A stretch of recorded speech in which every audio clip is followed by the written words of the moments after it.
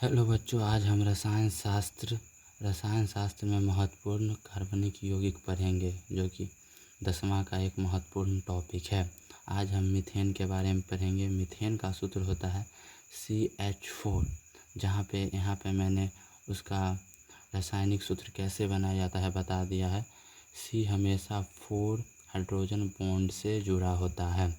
जैसे एक ये हाइड्रोजन बॉन्ड, एक ये हाइड्रोजन बॉन्ड, एक ये हाइड्रोजन बॉन्ड, एक ये हाइड्रोजन बॉन्ड। इसीलिए मीथेन का जो रासायनिक सूत्र है CH4, जो कि यहाँ पे लिखा हुआ है CH4, इसीलिए यह एल्केन श्रेणी का है। ठीक है।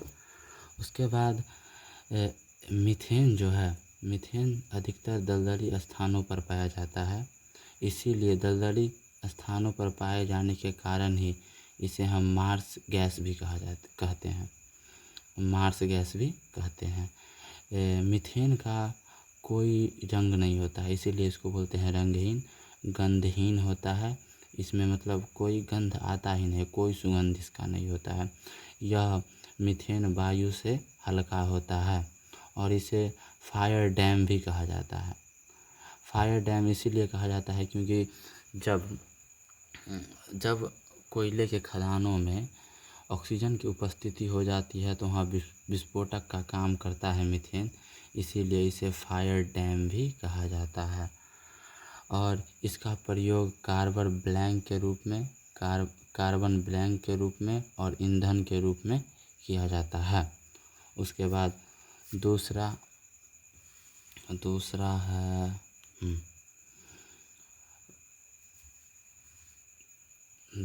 है क्लोरोफॉर्म। क्लोरोफॉर्म का सूत्र होता है CHCl3। क्लोरोफॉर्म जो होता है वह रंगहीन होता है, गाढ़ा द्रव होता है, मतलब जैसे खून टाइप का होता है। ठीक है। उसके बाद वाष्प सूंघने से बेहोश हो जाता है। मतलब इसका जो भाप सूंघिएगा, जैसे चोर आर को देखते हैं, किसी को किडनैप करने जाता है तो रुमाल में थोड़ा स्प्रे मार देता है, उसके बाद कर नाक के पास ले जाके उसको सूंघाता है और वो बच्चा या लड़की बेहोश हो जाती है। किडनैपर ये सब काम करते हैं। तो यह क्लोरोफॉर्म के ही रासायनिक सूत्र से किया जाता है।